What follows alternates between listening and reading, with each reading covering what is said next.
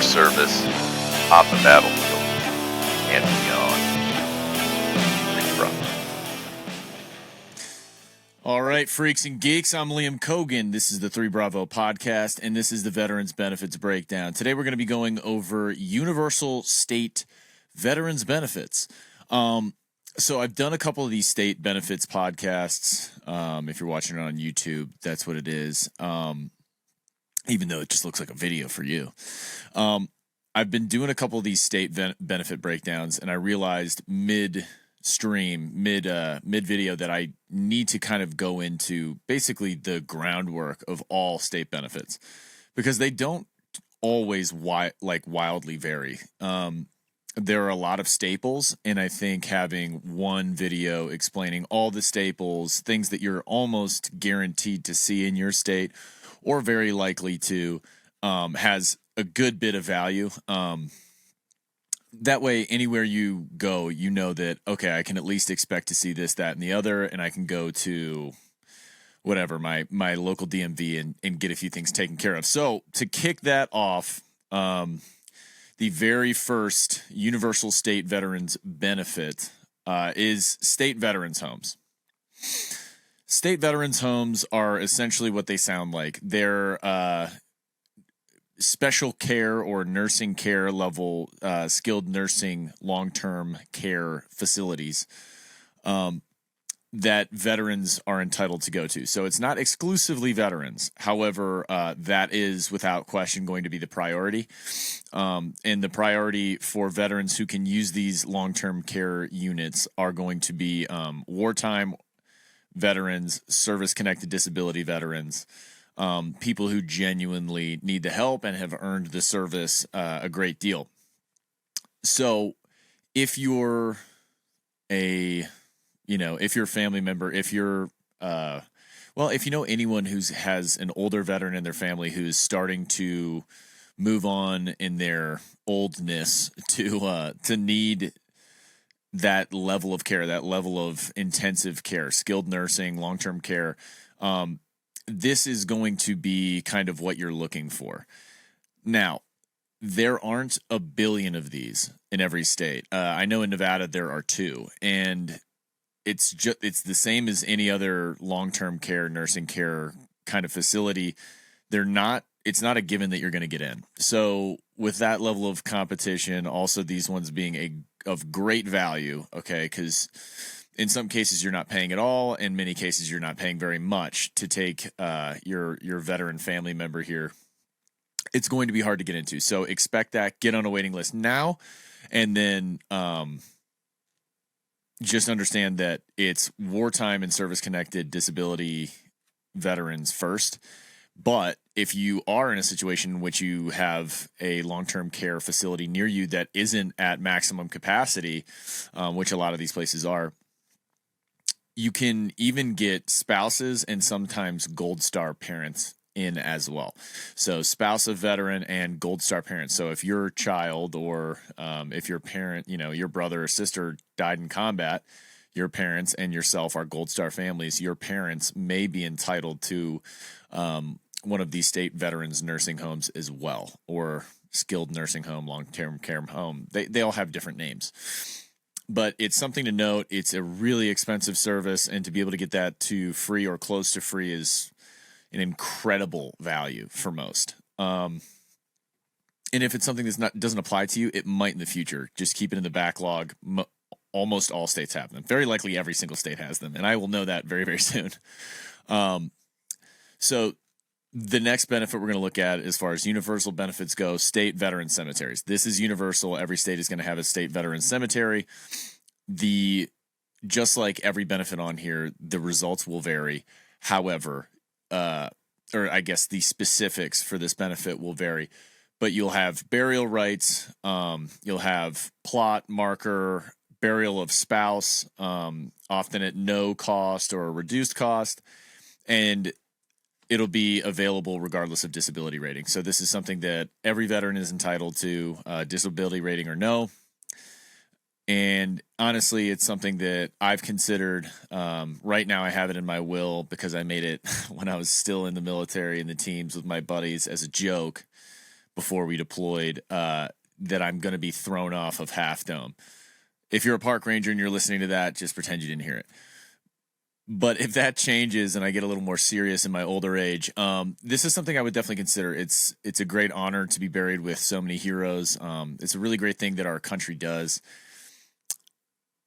and it's free. So if you're a veteran or your family member was a veteran and you're looking for something that makes economic sense for your family, this is also an alternative. The next thing we're going to talk about that I've talked about in all of my other state benefits videos, Alaska, Nevada, Texas, ironically, they're all income-free, no state income tax states, but I haven't really done that on purpose, is the veterans employment preference and retirement buy-in. So I'm going to put them together because it's kind of all going to be in one scheme of maneuver. If you want to get a state or local government job in your state, understand this. You will get a 0-point preference if you have 0 disability. The 0-point preference still puts you just a nano point above someone without your preference. So if you have an identical candidate and you're a veteran and they're not, you get this 0-point preference, and it actually does help. Next, you get a 5-point, and this is on your exam. So you have an exam score. The 0-point preference does hold some degree of weight. You get a 5-point preference for pretty much any wartime veteran.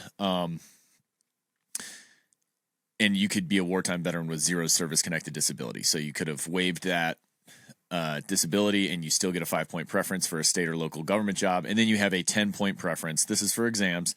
And some states do it a little bit different than exams. They have like other ways of buy-in, but it usually shakes out this exact way. And then you have a 10-point preference for service-connected disabled veterans. So if you're at 10% or more, you're going to get a 10-point preference on your exam score. So if you get a perfect score, you get 110, you're going to be better than relatively any civilian could be. So the next thing I want to talk about after that, I mean, a pretty simple concept. This is not so simple of a concept. Retirement buy-in. So this changes a lot with every state, but we'll just kind of look at how that goes. And the simple answer to what this is that when you get out of the military, in a certain way, you can transfer your time in service to work towards your civilian or your state or local government retirement. So that those years in can some but you're going to have to pay for them. Every state's going to shake out a little different. Some states will require you to be like vested, so 5 years in the system before you can buy in, before you can technically buy time. That's what it's called, to buy time in. In some states, National Guard or reserve time could count as well.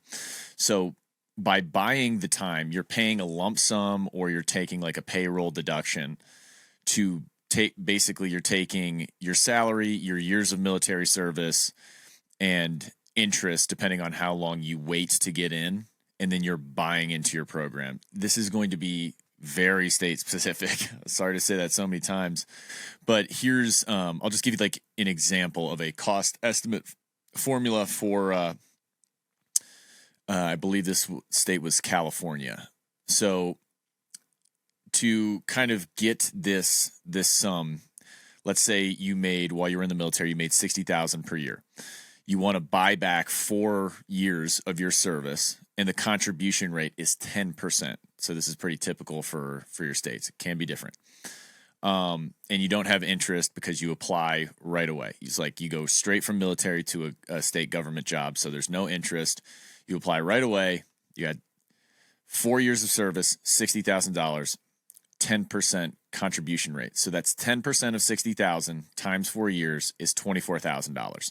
Now, if you have that money in the bank and you want to just pay it all away, keep your paycheck high, and then you have your retirement squared away where you're, 4 years further in your state retirement, go ahead.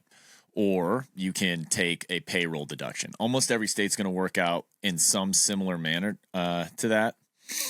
And basically, the longer you wait to find out if you want to do that local or state government job, the worse you'll be off because you'll be paying an interest. So if you're thinking that might be your route, maybe you just go for it right away.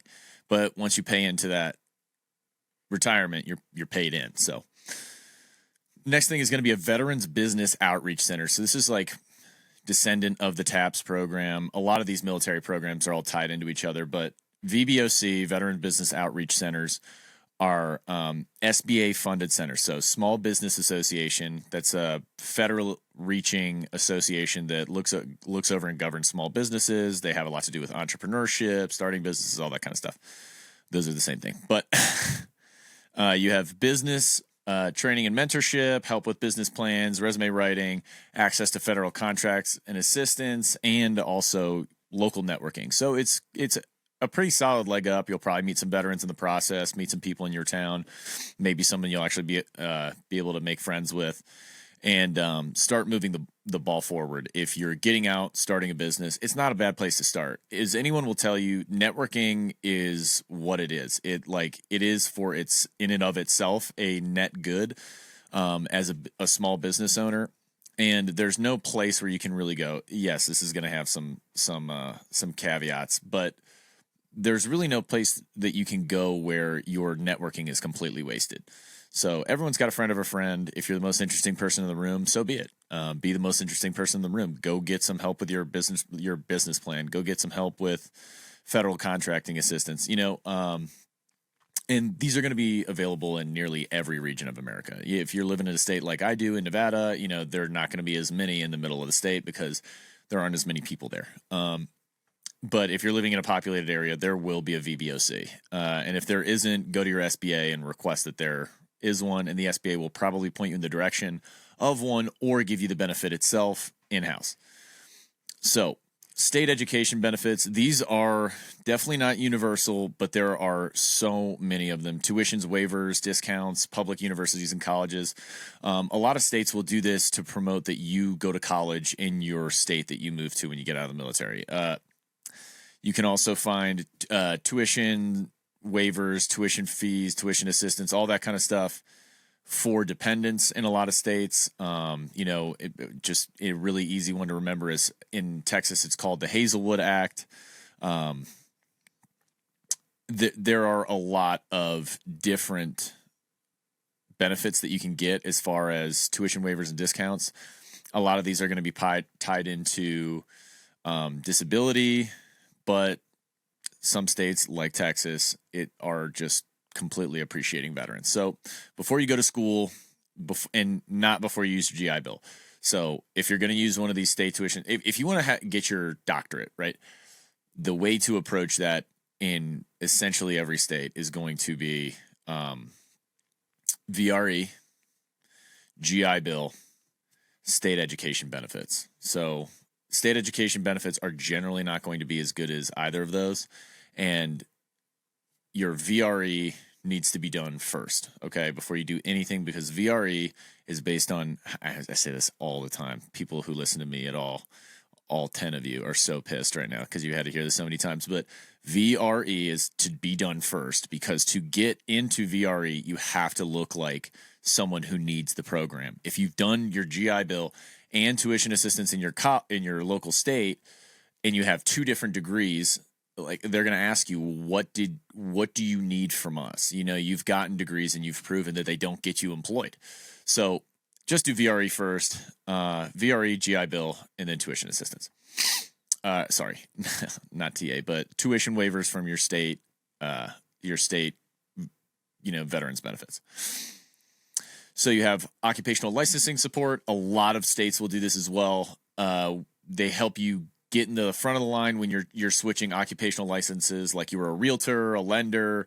I believe, I'm not sure if this applies to nurses. Maybe a nurse chimes in and tells me that you have to get like different state qualifications per state. I guess that would make like a certain degree of sense, but certain, education systems, teachers, firefighters, like if you're going to do something that requires an occupational license and that license comes through your state, you're going to move states when your significant other gets out of the military, and you're going to want to change them. A lot of states will waive application fees, renewal fees, and they'll put you at the top of the stack when you apply from another state. If your spouse is a veteran, or if you're a veteran. hunting and fishing license discounts. I can say beyond the shadow of a doubt, that these are legitimate. There's a hunting and fishing license discount in every single state. I've looked into this. I tried to make a list. I thought people would think it was really cool. Nobody really reacted to it. We'll figure it out. We'll get that word out there. But hunting and fishing license discounts are universal without question. Look into your specific state. If you're 50% disabled or more, there is almost a 100% chance that you're going to be entitled to something. And that kind of coincides with like getting outdoors in general, state park access. Many states have free state parks for veterans at large. And then a lot of states go up in disability, and then the benefit gets lamer and lamer as you say, like you have to be 50% disabled, and then you have to pay a $9 service fee, and then you can go to state parks for free. That's not really free to me. That's what Nevada does. But, Nevada, check yourself. But it still is good. So hunting and fishing, state parks, all of those can be free to in your state. Take a peek. And one of my favorites is vehicle and license fee reductions. So this is going to go into personal property tax, registration fees, license fees, parking privileges, all that kind of stuff. Anything that has anything to do with your vehicle, go to your DMV, go to your local your city council. There's a specific name for the building that smaller towns have, but look for and bring your DD-214 and bring your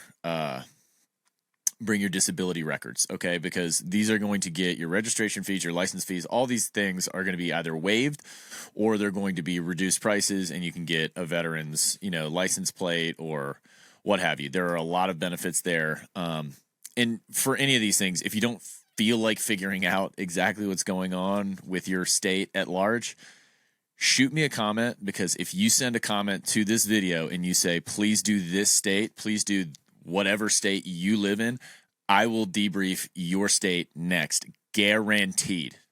Without question. I will do your state next. Right now on the docket, I'm going to do Virginia. That one's coming out soon.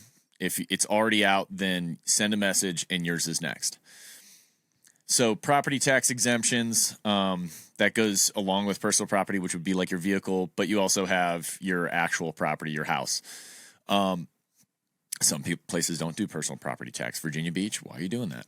But your property tax exemptions are going to look different everywhere you go, but these are going to boil down to your actual county. So it's not going to be completely up to your state. Some states try to set and hold a standard, but New York State is not New York City. So check in with your local commute or your local county, and again, come correct with your DD-214 and your disability paperwork. And there's a very high likelihood that you can get a discounted and or total discount exemption on your property taxes. So next thing we're looking at is legal assistance in veteran courts. So what the legal assistance will look like is if you need legal assistance and you cannot afford it, they will either find you someone who will work your case, or they will be able to find you someone at a very reduced rate. So that can help a lot. But it's not going to be, you get what you get, right? It's free or cheap. And then you also have veterans courts. Now and I will say this about the legal assistants. These people have like some degree of motivation and they like veterans, or they wouldn't be doing this. So take that with a grain of salt, but it is an option for you. It's pretty much in every single state. Veterans courts, not in every single state that I've seen, but in many, there are veterans courts in Nevada. This generally is a veterans court of justice involved with veterans going into like rehabilitation programs, and the court will be made up of veterans. So if you have someone who's like getting over drug addiction and they robbed some grocery stores or something, they're a veteran, they may be able to, so the case may be able to be given to a veterans court, and the veterans court will provide more specific care. Like, we're going to actually also be this guy's sponsor in AA and make sure he goes and yada, yada, yada. So it's an interesting concept. I think it works really well, and people tend to, obviously tend to prefer a jury of their peers and people who might understand them. And there's some great successes that come from it. But if that's something that applies to you or your family, again, go check it out. Try to get them in a veterans court. It's going to be better than regular court. So you have mental health and crisis services. We all have access to, I believe it's 988, the crisis line for veteran suicide. There are a lot of nonprofits that also host crisis lines. I know in the Seal Future Foundation, they have a crisis line that's very specific to that. If you're a team guy, it's a good thing to know. And it's a lot of it is about peer-to-peer support, but not someone who's immediately going to judge you from your own family, right? Like if you're dealing with a crisis, you don't want to call a family member sometimes, or you want to call someone who can just give you, listen. Someone who's going to listen and doesn't really know you. Sometimes that helps. There's a lot more to mental health and crisis services. You'll just have to look into it in your own state. Each one's going to be a little bit different, but you have mental health hotlines, suicide hotlines, peer-to-peer support programs, reintegration support programs, and again, tons of nonprofit work out there as well. So if this is something that you have a family member dealing with some issues or you're dealing with some issues, please reach out and find some help. I mean, there's so much help to be given.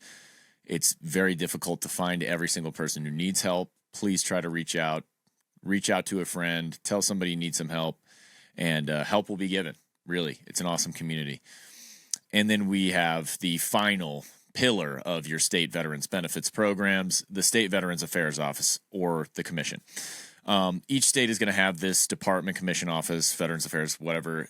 They're going to advocate for you. They have state-specific programs. They're going to have more gouge on all of your state-specific programs, and they coordinate with the federal VA. So those are really the universal programs that are in every state or close to it. Check your own states out. Stay tuned. Listen for your own state. Drop a comment if you want to see your state up next. I'll really break down anything. You want me to break down some Legos? I'll do that too. Drop a comment. What do I break down next? These are awesome benefits. They can be really, really helpful to people. If they're not specific to you, share this with someone. Drop a like, drop a follow. I really appreciate any of it. I appreciate to those of you that do. And I'm Liam Cogan. This is 3 Bravo, and this was your veteran benefit breakdown for universal state benefits. I'll see y'all next time. Peace.